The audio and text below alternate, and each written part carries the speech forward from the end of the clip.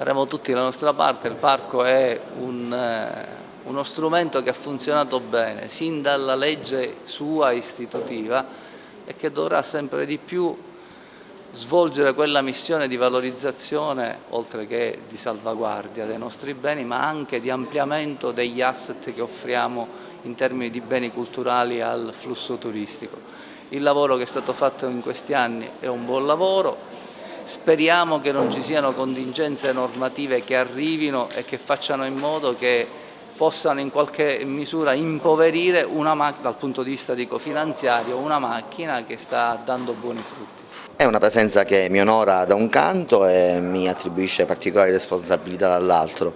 Cercherò di adempiere il mandato che il Presidente della Regione mi ha voluto affidare e prima di lui, devo dire, il Professore Tusa, con il massimo dell'impegno, dello zelo, nell'interesse ovviamente dell'ente, ricordando che la mission particolare del parco archeologico è quella di valorizzare proprio i beni culturali, archeologici e paesaggistici di questa provincia, perché adesso sappiamo che non c'è più soltanto il parco della Valle dei Tempii, ma tutti i siti dei 43 comuni della provincia di Agrigento. Ecco, il suo apporto qui oggi, prima seduta al Consiglio del Parco, quali saranno le novità, qual è l'auspicio degli obiettivi da raggiungere?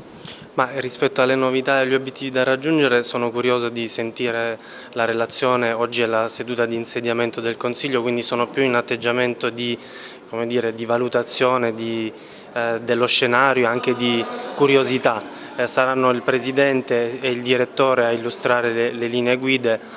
Il parco ha già una storia piuttosto importante, appunto istituito nel 2000, quindi sono qui anche per comprendere qual è un po' il percorso fatto finora.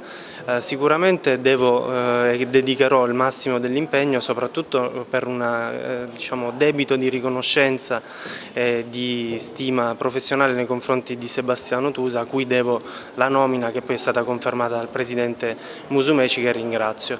Quindi oggi la dedicheremo più che altro allo studio.